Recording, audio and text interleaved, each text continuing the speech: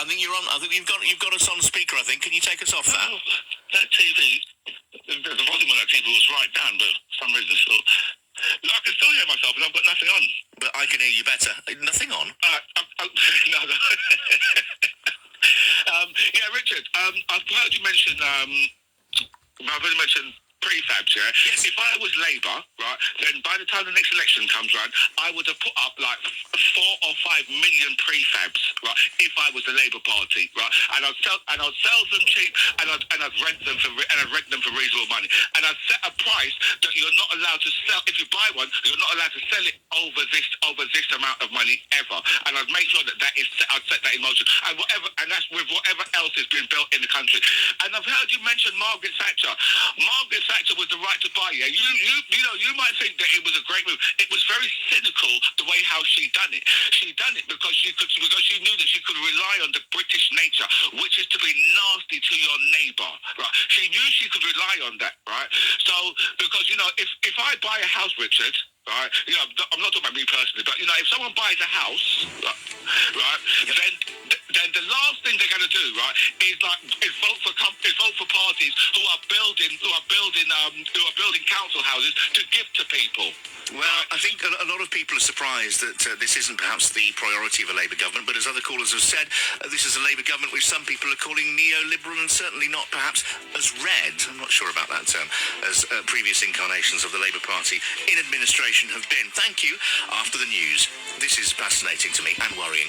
Nearly half of young men in the UK feel that the promotion of the equality of women in this country has gone too far, and now it's causing discrimination towards men. Do you agree with that? And why do you believe that attitude exists in this country today? We'll begin hearing from expert witnesses as scrutiny of assisted dying legislation continues. England's Chief Medical Officer Sir Chris Whitty and Sue Ryder Chief Executive James Sanderson are among those giving evidence on the first day. Some disability campaigners have criticised the hearings after the scrutinising committee voted against hearing from some of the witnesses. But MP Kim Leadbeater has been promising a balanced and detailed analysis of her bill. The Bill Committee will be open to amendments, it will be open to scrutiny, so let's get this bill, and I think it's a blooming good bill, as I would, but if there's things that need to change, we can do that collaboratively and collegiately across the House. The World Food Programme says it's delivered more food to Gaza in the first 4 days of the ceasefire than in the entire month of December. The charity says it's brought in meals for around 1 million people as the terms of a truce between Israel and Hamas was upheld. More than 200,000 Palestinians made the journey into northern Gaza yesterday, some by foot. This man's returned to find everything's been destroyed. This is our house. It's a pile of rubble. We didn't take any money or clothes or anything. We left them all in there, under the rubble. We left the tents behind only to come here to other tents. This is our house, 4 stories. You can't see them. Prostate cancer has become England's most common cancer, overtaking breast cancer in the last couple of years.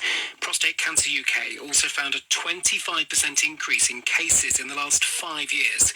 The charity says that's down to better awareness of the disease. Sir Keir Starmer and Rachel Reeves will meet top executives from some of Britain's major businesses this morning. The meeting will see the Prime Minister and the Chancellor look to persuade bosses that they're committed to helping the private sector thrive.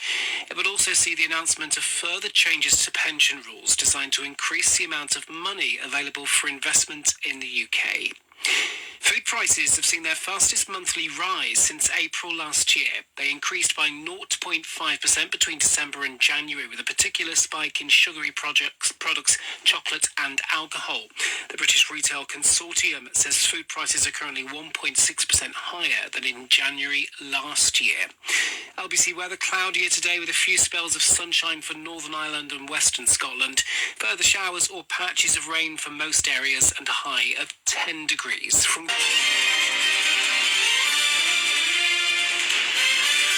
Good morning. I'd like to talk to you, and I'd like you to talk to me about something which I find both fascinating and also worrying, because in the news at the moment, we learn that some 45% of young men in Britain feel that we have gone so far now in promoting women's equality in this country that we are in fact discriminating against men. A similar proportion agreed when it comes to giving women equal rights, things have gone far enough.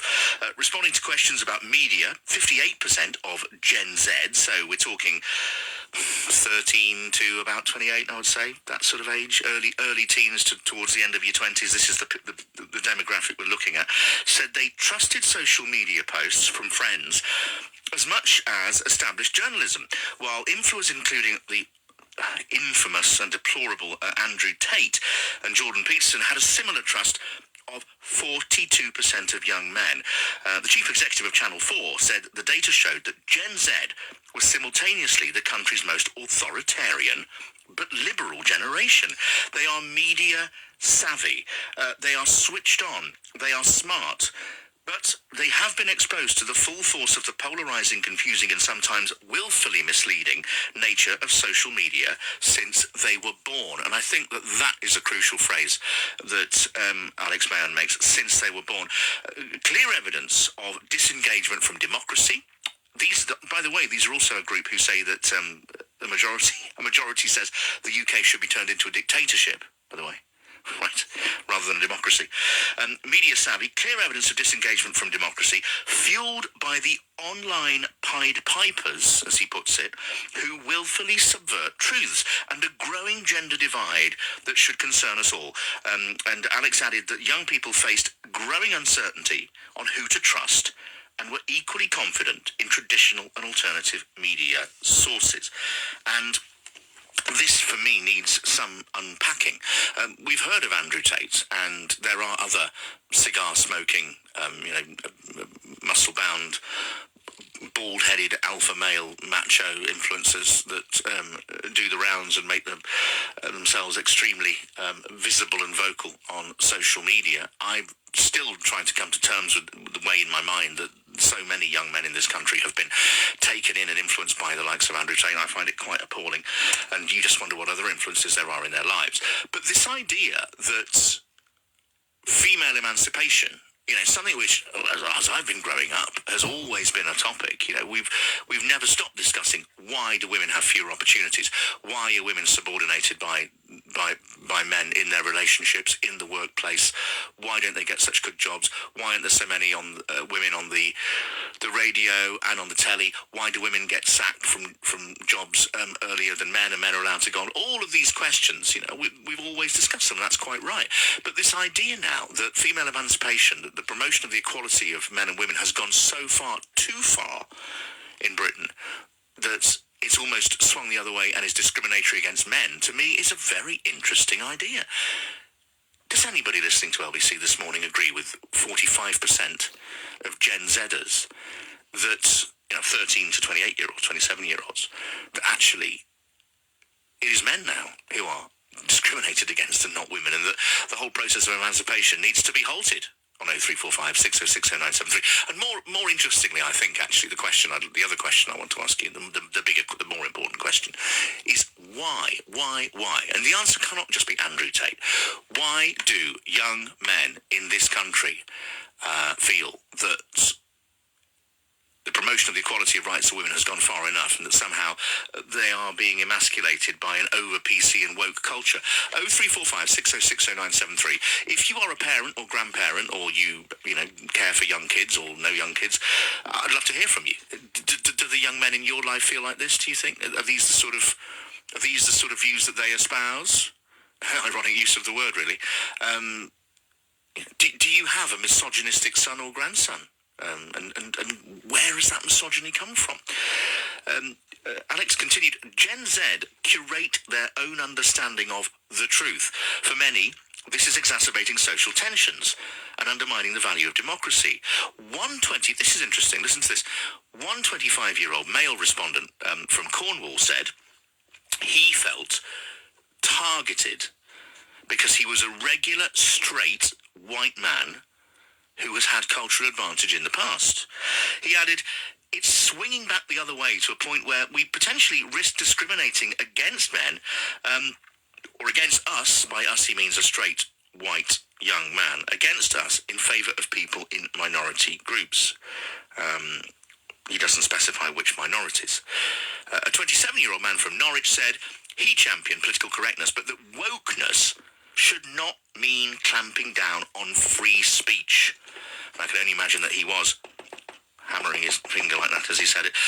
Everyone should have the right to express themselves as long as it's not hate speech. Where does the boundary lie? And that's why he says a lot of young men in Britain are confused. That's the pipeline into the far right. Finally for you, an 18-year-old from Hitchin in Hertfordshire said, the people we watch, they propagate the idea that the West is a falling civilization and you need to start looking at other places. So young men feel, if this research is right, disenfranchised, emasculated by a world which increasingly wants women to have equal rights to men, parity with pay, parity with opportunities, and young men are feeling confused and detached from their own masculinity. I mean, I understand that we're going to quite sort of Freudian and Jungian area here, but why not? Why not? You know, if there's any time of the day to do that, then it's now. And I would also say to you, what I would appeal to you to call me if you can perhaps provide me with some specific examples of young men in your life who you feel have become maybe not misogynistic, but certainly resistant to the idea that the equality of women with men, the parity of women with men in all sorts of ways, should no longer be promoted. 0345 606 0973. WhatsApp, the same number, text 84850. This says, 100% agree, I would call it out, but I don't want the backlash.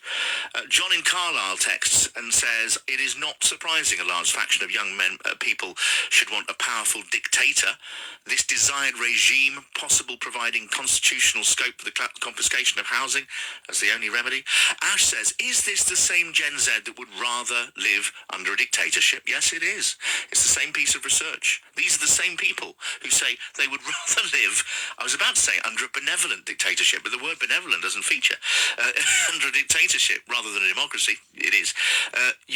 With a world with so much homophobia, people have to expect a movement to oppose it, yet people moan about having rainbows rammed down their throats. What a phrase.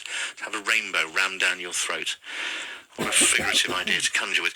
I think it's the same thing here with sexism. Until the world changes, long live the fight for women and other causes, and long live woke. And Tony in Manchester, Richard, Gen Z are stupid. Why do we need to split generations up into groups? Is this another stupid media idea? I'm fed up with all this rubbish. They think this, they think that, blah, blah, blah. It does my head in. I'm sorry about that, Tony. John's in Greenwich. Morning, John. Yeah, Richard, what's the argument? Run the question by me again. Well, it's more, is it an argument? It's an observation which requires a discussion. The fact is that nearly half of these Gen Z men aged between 13 and 27 think that, the promoting of women's equality has gone so far now as to be discriminatory against men. And they think that we need to stop banging on about equal rights for women and I'm perhaps paraphrasing here, champion the alpha male. Yeah, I think I can understand. I mean, as an older person, I'm not a Gen Z, obviously. I'm 56. When I grew up, if you held the door open for a woman who was coming, you were seen as a gentleman. If you gave up your seat on a bus, you were a gentleman. Especially if you gave up to a pregnant woman on a seat. Also, if you look at prisons, women are treated differently in the courts and the judiciary. They're less likely to be committed, to get punishment like as a male would get punished for a crime. Women are treated differently in that sort of respect in courts. Also, when I grew up, I grew up in North London, South London, all over London, but I would call someone darling or love. Now, you go into somewhere, you can't open your mouth, you will get shouted down. Don't call me darling, don't call me love. You get attacked by women now.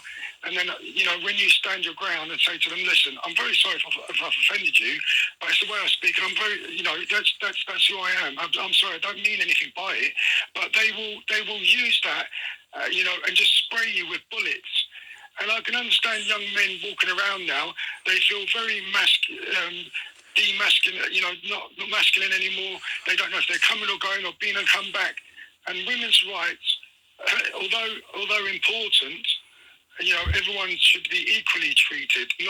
Not whether not depending on your sex, because you could say that young black people, young black males, are more likely to be put in prison. It's a fact, or stopped and searched. It's a fact. But unless you go through discrimination, then you don't know what it feels like. But I think everyone needs to be treated equally, regardless of sex, gender, religion, or their ethnicity. You feel that in general, I think, John, as far as I can gather, that women are treated preferentially to men in society in Britain, and it's gone too far. You agree with what these Gen Zers are saying? I do, because I do, and I think there's a balance. There's a balance, because if you look at women trying to get a career or get ahead or smash the glass ceiling, as to speak, that's always been a problem in this country. Although we've had female prime ministers and things like that, but you've only got to see the state they put the country in. Maggie Thatcher, Liz Truss. But I mean, it can be said the same for Boris. But I would agree with the Gen Zers. I understand where they're coming from. Yeah.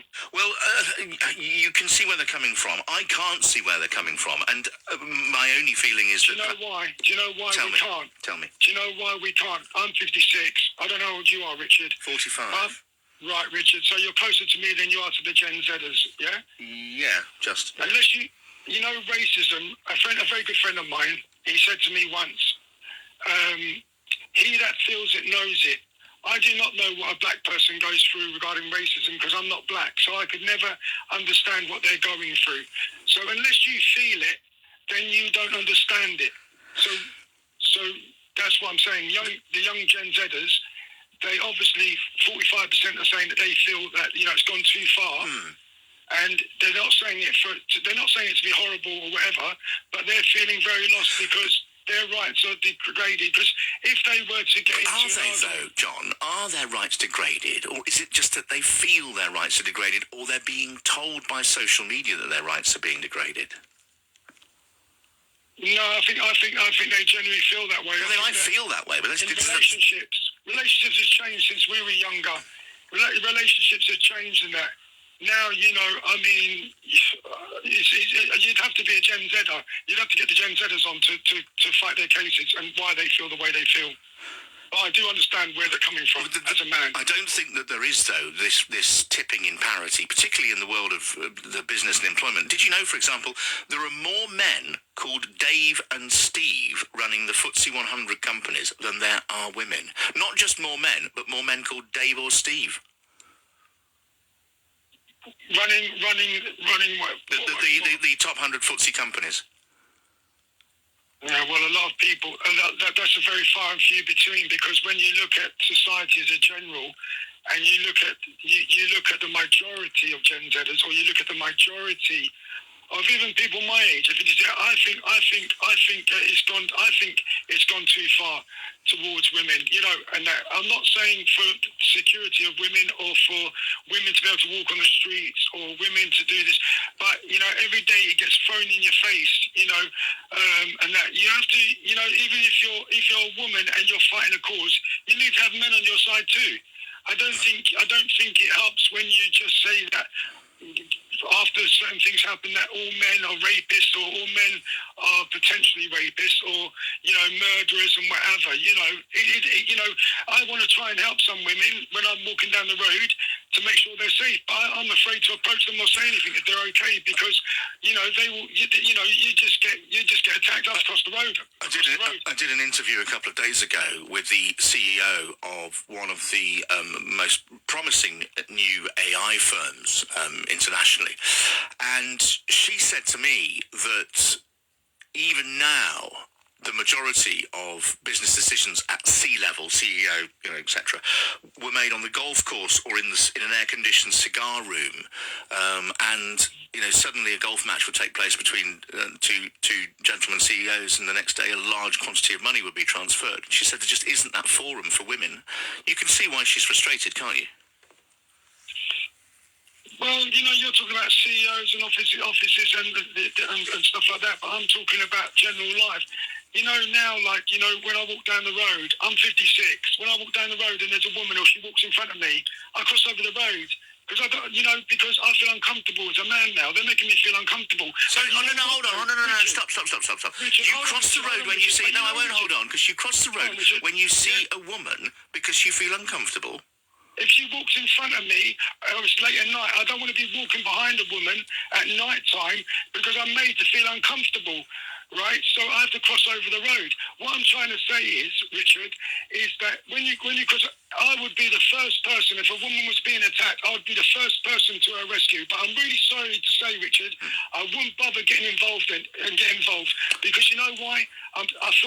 I think men are tarnished in this country now, and if you say anything or walk into a shop or something, or you accidentally brush past a woman or something, you just get a barrel of abuse. Well, I'm really sorry if that is your experience, but may I ask you? Okay, well, fair enough, and who am I to deny that? But listen, just finally, who or what then? You say that men, maybe you might even mean, I hope I'm not putting words into your mouth, the concept of manhood in Britain today has become tarnished. My final question, John, this morning for you is who or what has tarnished the manhood, the concept of manhood and men in general? Oh God, that's a $6 million question. All I know is men are not real men anymore. You can't. It's just the way things have gone. It's just like. What do you mean that men are not real men? Well, you just can't say anything now. Political correctness, I mean, when I grew up and my generation grew up in this country, we would say things and whatever, but, and do things that was in our time was a normal thing. I know times change and people move on and stuff. But we don't mean any malice by it or any. I understand that, and I'm not suggesting that you for a moment are malicious or misogynistic. But to feel that way. What is it? In order to put me in the picture and others, what is it you feel you can't say anymore to women? Well, I see a lot of men now where the women wear their trousers in their house. What can't you say anymore? They're not like darling, calling someone darling, all right, love, or, just like you say, good morning, darling, in a shop or something, or, you're right, lovely, don't call me lovely, don't call me darling, I'm not your darling. In my industry, in broadcasting and show business, men call men love and darling all the time. And I used to call my best friend, he's a very good friend, he passed away, I used to call him darling, and he was a man, and we used to call him stuff, it's just a term, just a figure of speech and a term of endearment. There was nothing sexual for it, or meaning that you're my boyfriend or girlfriend. Do you know what I mean? It was just a term that we used, like a lot of young people use now. They use their different slangs and different. In Nottingham, right? If you're of a certain generation, men in Nottingham down the pub, they'll call each other love and duck and darling and me duck all the time. There's no sort of gender boundary. It's true, isn't it? But if they come to London and did that, see how they would be received. All right. Well, listen, John, I'm hearing what you're saying, and I'm not for a moment trying to suggest that you're making things up, and I think it's sad that you feel so inhibited by women in general. I think it's a fascinating discussion, and it's one that will continue in a few moments' time when you call 0345 6060 973. LBC. Hey, Harry. Hello, mate. Going to read this out on air. It's from a job description I saw this week. As a 36-year-old white man, I'm fed up of seeing this promoting of equality blocking me from job hunting. This is prejudice, and you've attached the description. And it says we have a 3-year plan to increase the number of women in our senior leadership roles and to increase the number of people from ethnic minority groups at all levels of our business. And I know the point you're making there. That's not a job description. That's an internal memo, isn't it? That would never be put out in public. That's an internal directive. But companies do have these. Managers are encouraged to hire people who are not white and who are not male and who perhaps have a disability because they are urged and very, very plausibly argue correctly to have a diverse workforce. But I do disagree with the idea that if there are two candidates for a job, one is a man, one is a woman, and the man is clearly better suited and more able, that the woman should be chosen out of positive discrimination. No, that's clearly wrong.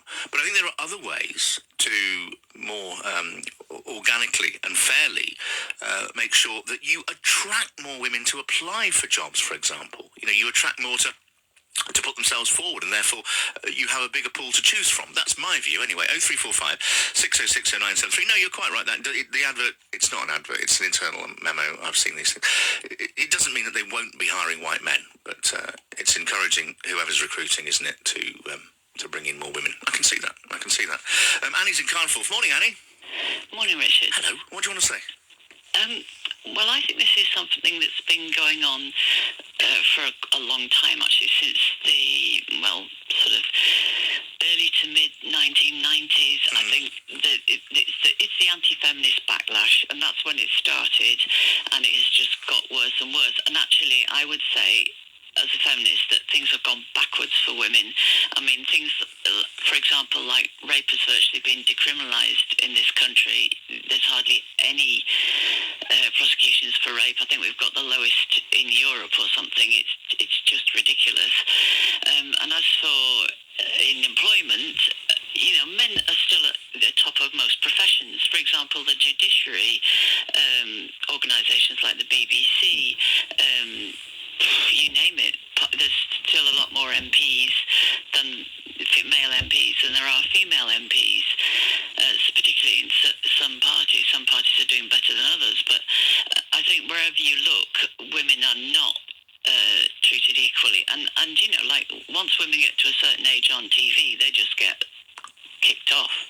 I mean, it's completely different. Men can go on being presenters till they're quite old, but women really, telly and stuff, yeah. Yeah, they just disappeared. They do. I think that's improving, though. With you still see some pretty inveterate female presenters. The likes of Judith Somerville and Angela Rippon and Gloria Hunniford working. But I think I think you are right broadly in terms of media. Although I suspect that is on the turn. But more broadly, you describe yourself as I'm not trying to be ridiculous and sort of pernickety, and over semantic, but you describe yourself as a feminist. What does it mean to you to be a feminist in 2025?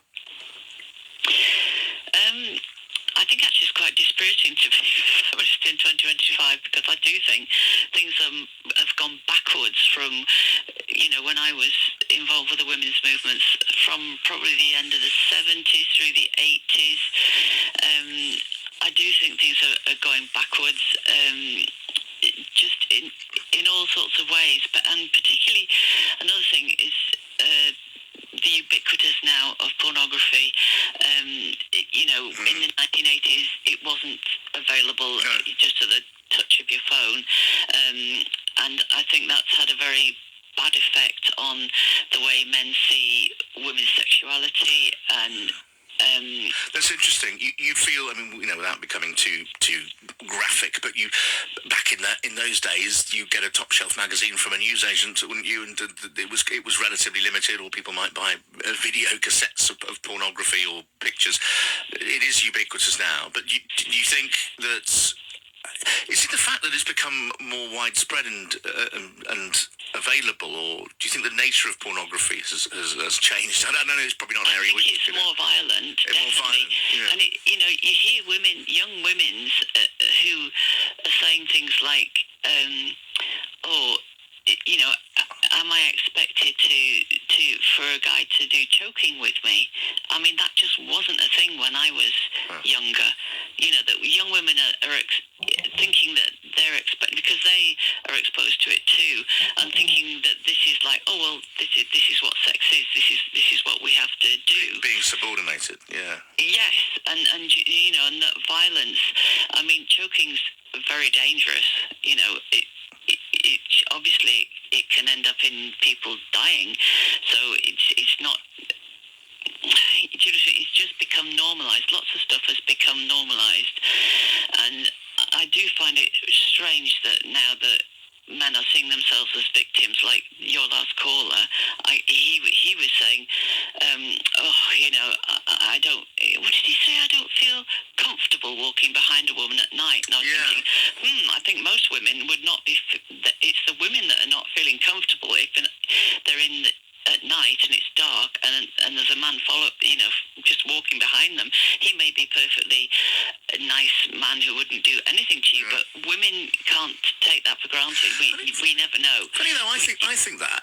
in the course of my my work here, I find myself sometimes walking briefly through dark streets at night time, and if I am, if I'm walking behind a woman on a deserted dark street, and I'm walking quicker than her, and so she can hear that I'm getting closer.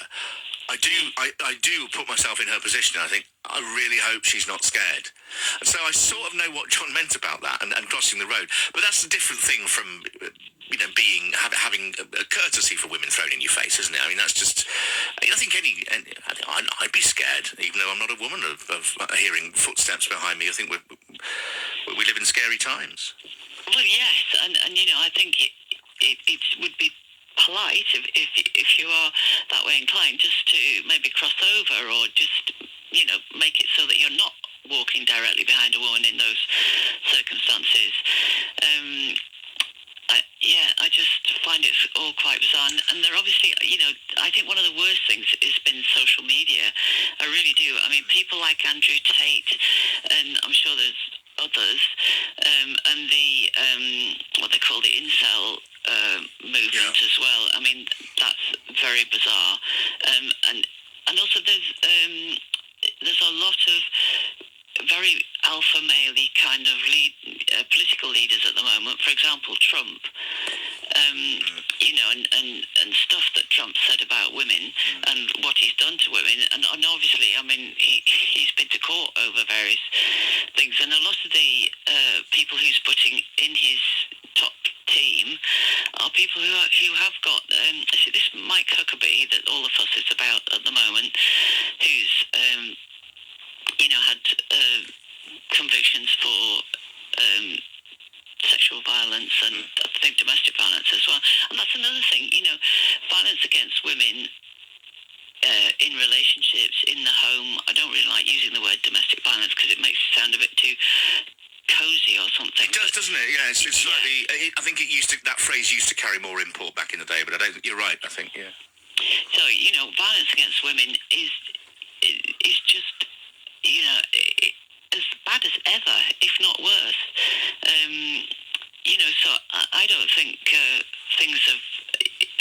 I think feminists have got a long way to go, and because of the anti-feminist backlash, I think it makes life even more difficult because you're getting young men who are actually being fed all this garbage about how they're the ones that are being emasculated and they should be able to just say whatever they like to women. Because I mean, I don't particularly want to be called darling by somebody I don't know. I know in some parts, I mean, like up here in the north, the word love is used quite a lot. But darling or sweetheart, and it depends on the tone in which people say it to you as well, because some, or even the context of the sentence, I have definitely felt very patronised at times by men, calling me darling or sweetheart. Or it doesn't bother me, but I suppose maybe that's because I'm a man. I don't know. Well, yes, I think so. But I would never call a woman love. And I mean, unless I knew her and was working with her, and that's just sort of, I don't know. Unless the basis of that being okay had been established, put it that way, not a stranger. Yeah. Well, that's what I mean. I mean, and catcalling on the street. I mean, I was talking to one of our carers actually, who was actually about 32, but she looked about 16. She was very small and petite and incredibly, stunningly good looking. Yeah. And she said over the 10 years, the previous 10 years, things had got much worse. She's getting far more harassment on the street, and she was even getting harassment here in our house because she was in our kitchen, which has quite a lot of windows, and there were some blokes working on the roof next door, and she came in to me a bit later on in the day and she said, I spent all the morning hiding behind the boiler. I said, what do you mean hiding behind the boiler? And she said, those blokes on the roof next door were shouting things at me. And I said, you should have told me. I said, I would have got up and given them what for. Yeah. How dare they be, harassing our carers it's just outrageous. So, men still feel that they can just do this sort of thing, because wasn't that long ago. And she was saying she thought it had got worse over the last 10 years. So it's very depressing. Listen, Annie, it's always nice talking to you, and thank you for giving me that perspective. I think you talk a huge amount of sense, and perhaps rather than astonishment and almost a conflictual dynamic towards these younger men, we should perhaps be more empathetic and just wonder, why they are being skewed in this direction. Thanks to Annie, and I'll read a message and more messages in a couple of moments' time. Take some more calls because I'm a bit late for the news. 0345 606 0973. I'm Richard Spur. Let's get the LBC News headlines from Daryl Jackson. MPs... I think you're talking about John, aren't you? I do not feel that women have any more rights than I do as a man. The fact that I can walk on the streets on my own in the night unmolested. It says that men's rights outweigh women's rights? Question mark. Michelle's in Leeds. Morning, Michelle. Morning. Morning. Oh, I didn't realise it was morning. That's morning. Oh, is it morning, night? I'm still up. So. We're never quite sure. It's the sort of twilight. Okay. Maybe it's the twilight zone. I don't know. But anyway, whatever time of day it is, what would you like to say? I'd like to say I agree more with John than Annie. Oh. I don't think I'm a woman. I don't think it's garbage. I don't think men are being fed all this nonsense. I think it's real life. From my experience, boys I haven't got children at home anymore, but I think it is harder for boys than girls. Why is that? Well, just the basics. You look at accommodation. The councils where I am, anyway, they prioritise girls over boys. So over 90% of the kids sleeping rough, the homeless are male. Mm. If they get into trouble, they have to go to court. I'm sure that the judges are softer on girls than boys. What makes you say that? If you have custody arguments, family court prioritises the mother, always, in my experience. So I think if you look at a whole range of things, it's much more easy for girls than for boys. It's interesting you say that. And could you, in your experience, pinpoint a time when that sea change happened then, when the pendulum swung so strikingly to the other side that, in fact, women were positively discriminated against and men became those who were the focus of prejudice? Yeah. Maybe... When and why? 80s, 90s, it sort of moved. Yes, Really? absolutely. Really? And I think, yes, I But do. in offices in the 80s and early 90s, I would still observe... Well, I've never worked in an office. But you'd still observe men smacking a female employee on the bottom and saying, "Morning, sweetheart," and Well, it's not that. It's not the end of the world. But it's not the end of the world. But, no, it isn't. But some people think it is. Well, I know, but they're obsessed with minutiae. I think that Annie recounting some carer getting upset because she was being shouted compliments.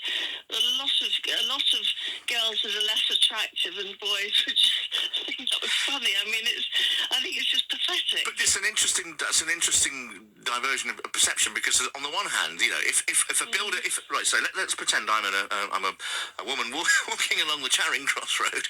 Goodness, what are we getting into? And a builder who's fiddling around with a broadband box or something says, "All right, darling, all right, oh yeah, lovely, hello, treacle." Should I think, I say, and be incredibly flattered, or should I turn around and slap him in the face? Let's be flattered. Let's be a bit positive. Why do everyone have to be so serious and down on each other? I got shouted out something like that maybe 20 years ago, and it made my day. I'm in my 40s. You like attention, you like unsolicited attention from builders, I've never been as attractive as my sisters, and I'm getting old, I thought, that's nice. So I just think people need to get a bit of perspective, really. Well, I mean, there will be many women listening to you that say, what a refreshing thing that Michelle in Leeds is saying, that perhaps some women are too, buttoned up and prickly and precious and take it too seriously. And if a builder shouts, hello, darling, nice, ...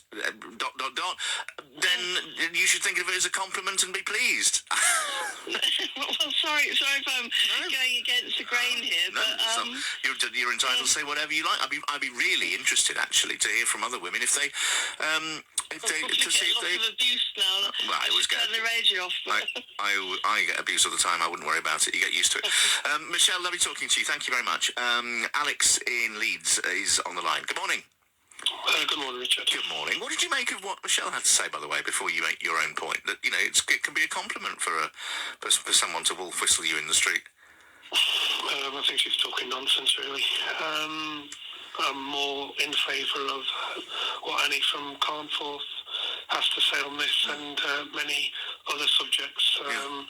She's very well-read and learned, and I'm more probably in favour of what she has to say. And what's your own point on this subject?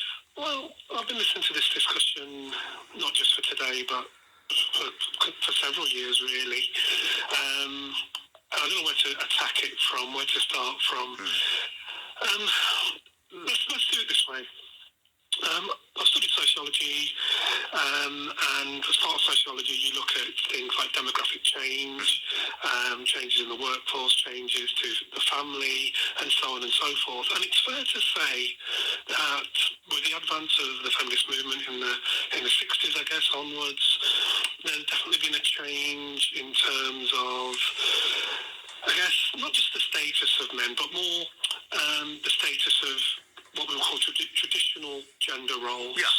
And if you listen to, was it John earlier from Greenwich? John was the first caller on this subject. Yeah. Yeah, but I've been listening throughout the day, and there's been other people as well who've had similar kind of views. Now, I guess if you look at traditional gender roles, and I'm going to summarise for brevity, the man went out to work, the man is a breadwinner, the woman stays at home, raises the children. This is observed in nature. If you observe nature, it's the man who goes out to, the male of the species who goes out to hunt, even though that's not exactly true. If you look at a pride of lions, it's the lionesses who actually go out to hunt, not the male lions. That's quite right.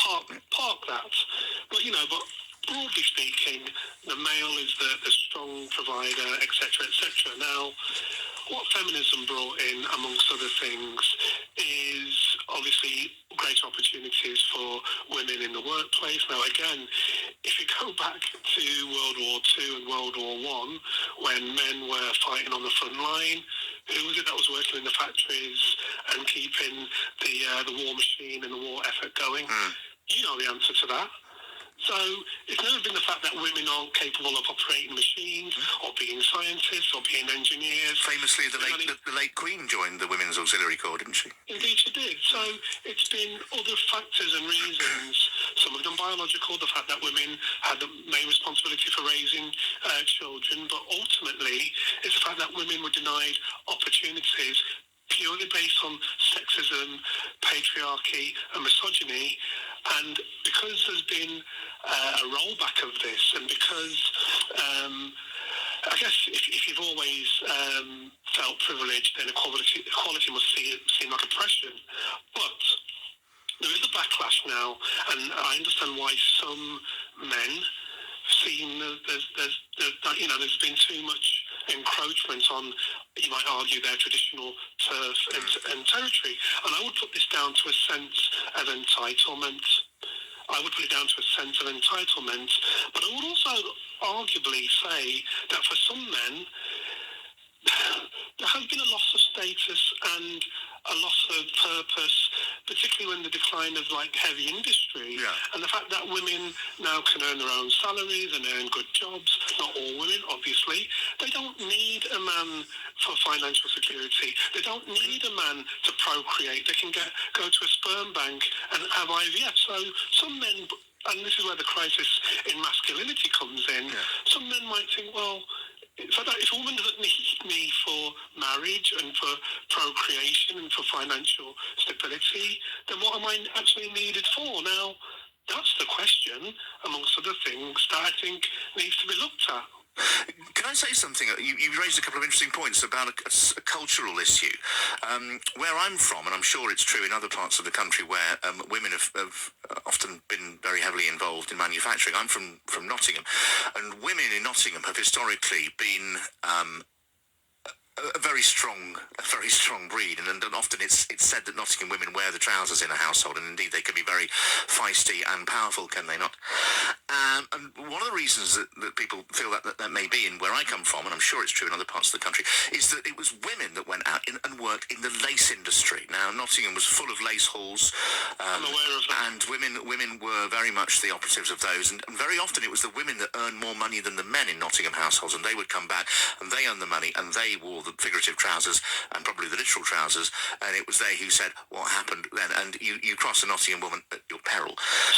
They also worked very heavily in the tobacco industry at places like Players, and making cigarettes and that sort of stuff. So very often in Nottingham, historically, it was women that earned the money, and I think Nottingham women have got a reputation in the Midlands for being really rather feisty. And I just wonder whether there are cultural and historical reasons why in certain parts of the country women have naturally been more less subordinate and more dominant, not just within relationships and families, but within those communities themselves. There may well be something in that, Richard, and look, that's not a particular specialism or interest of mine. I'm sure there are researchers and authors. I think it is interesting. Doctoral students and graduates who've researched the world of work, and I know there's lots of books on this, but I guess given what you've just said about Nottingham in particular, there may well be something in that, but it would need a bit more further examination. I do want to say sorry, after you. No, please, do finish on what you'd like to say. I originally sent a text, and one of your producers called me back, and again, it's something that Annie from Carnforth has touched on, which is about violence against women and girls. Yeah. And I've spoken to you before. I've rung up about my involvement in the criminal justice system, both with adults and young offenders. And there's one statistic that has been static for the last, 20, 30, 40 years, which is, on average, 2 to 3 women die a week murdered by men throughout the year. And that statistic is, as I said, pretty solid, pretty been the same for that period of time. And as I said, there has been some progress made around equality and so on, even though women still are losing out on the gender pay gap and all the other stuff which has been mentioned throughout the hour. But whilst women are still dying at the hands of men at the rate that they still are, whilst we still have rape culture, whilst rape convictions are the lowest they've ever been, it's almost, criminalised, how can we say that feminism and equality has gone too far? I leave it at that point. You're absolutely right to make that point. You're absolutely right to make that point and reinforce what Annie said. But I would also say that the leading cause of death for men under 40 is still suicide. I'm aware of that as well, which is something which I think needs bearing in mind. It's not a competition. No, absolutely not. I'm not saying you're saying it is. No. Both are terrible and both need tackling. I absolutely and men do suffer as well. I'm not going to deny that. I absolutely agree with you. Thank you very much, Alex. Always good to talk to you. 0345 606 0973. Time for a break.